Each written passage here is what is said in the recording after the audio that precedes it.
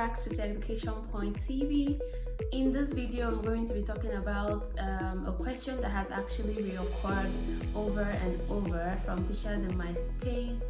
A couple of teachers have reached out to me and they keep asking me, how do I merge technology and teaching to improve learning outcomes?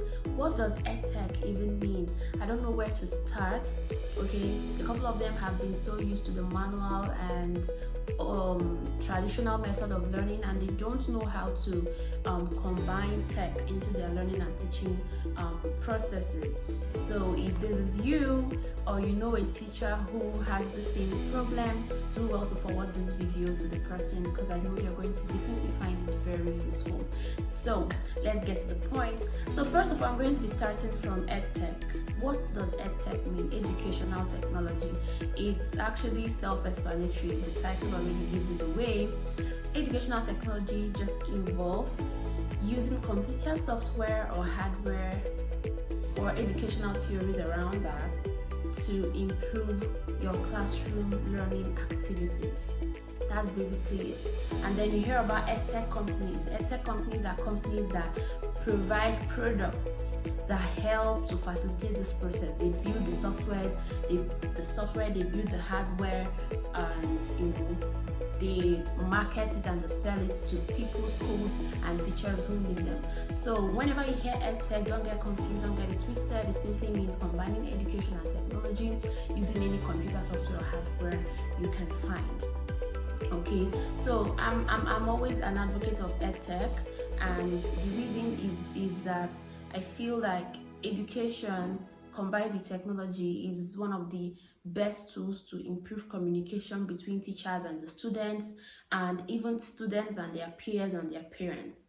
It's a lot easier to get students to communicate with you through all this computer software, which in later videos I'm going to be talking about them more often. And secondly, I also have a thought that EdTech, that's technology, helps students to have their own voice. It gives students the ability to create things that they wouldn't have otherwise known how to do.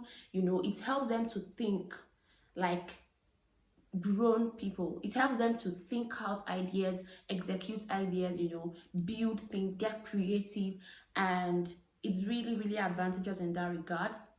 Now, to the point of how do we introduce tech into our classrooms as a teacher, I'm going to be giving you some ways to do that. And the first one is gamified learning. Children like to play games, no doubt about that. They love to play games. I have a very high typing speed, and the reason this happened was because I learned typing through gaming. When I was growing up, I had this game I played called Mavis Beacon, and that was what I used to learn how to type. I didn't know I was learning how to type. I was actually playing a game. It was interesting having that penguin cross to the safe border.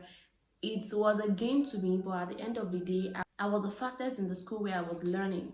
Okay, so when you add technology to your teaching process, you can gamify some processes. You can introduce some games for your children to play, and in the course of playing that game, they are actually learning. Children like games. I said that before, and I have to say it again because I know that children like games, right? So the second is digital field trips. Now, with technology, you can be to places you've never been before. By using Google Street View, you can be able to see the city and street views of California all the way from Nigeria.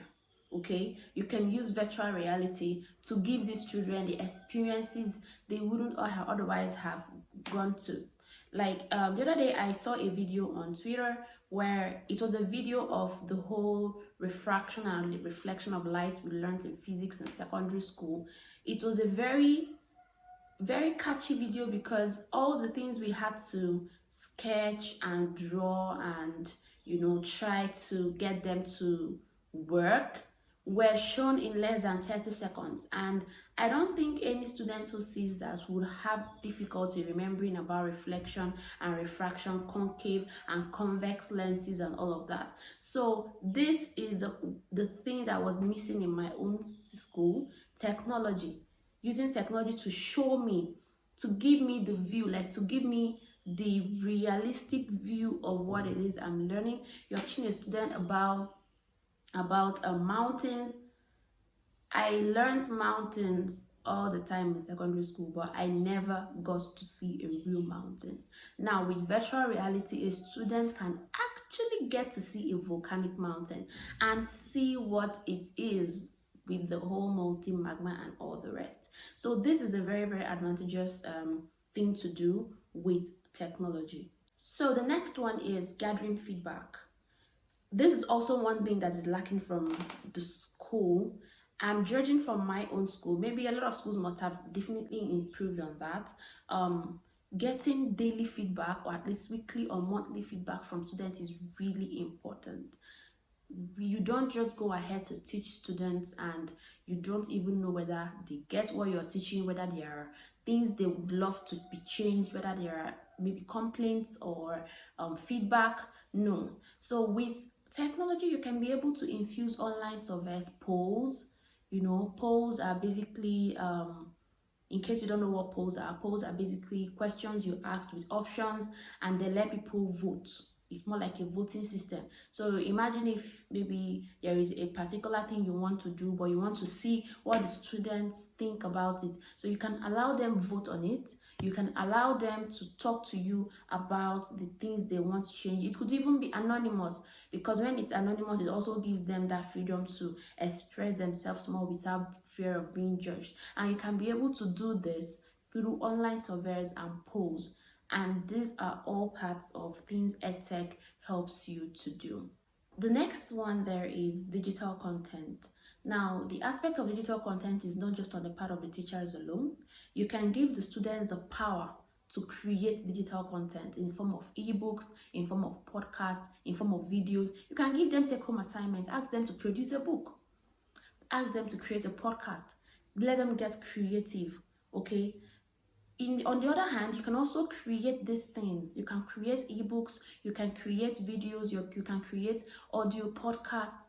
In later videos, I'm going to be showing you how to do all this. That is one of the points of this channel, by the way.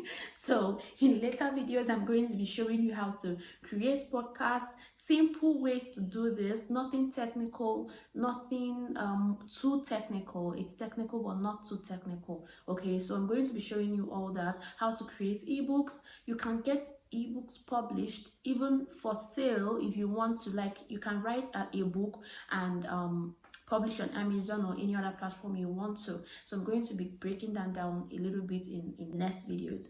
Okay, so the next thing is videos and multimedia. Just as I said earlier about the refraction and reflection of light and concave and convex lens thing, okay, I was able to learn that in 30 seconds with a multimedia. It was a video. I watched it and it was so easy for me to recall.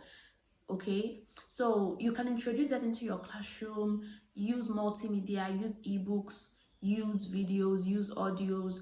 Especially if you're doing online learning, this is where multimedia becomes extremely useful, because you can't have an effective online learning without using multimedia. I'm going to talk about online learning in subsequent videos, but for now, let's just stick to the topic, okay? The last but not the least is communication.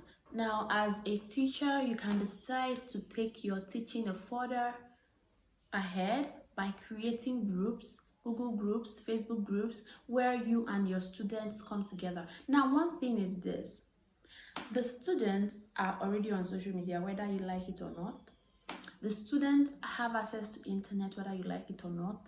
So the earlier you leverage the platform they are present in to get them together and teach them even good values and better values than the ones they might have gotten from the media, the better. So don't think, oh, I don't want my kids, I don't want these kids to come online, I don't want them being on Facebook, I don't want them being on Google. Whether you don't want them to be there or not, You can't help the fact that they are there. The only thing you can do is to target them at those places you know they are, and also implement parental controls on some of these platforms. Talking about parental controls, we also have a video coming up where I'm going to be showing parents how to add parental controls to their different devices, their Google, their YouTube, their Facebook, and all the rest, so that the kids don't have access to 18 plus content. I hope you learned something from this video.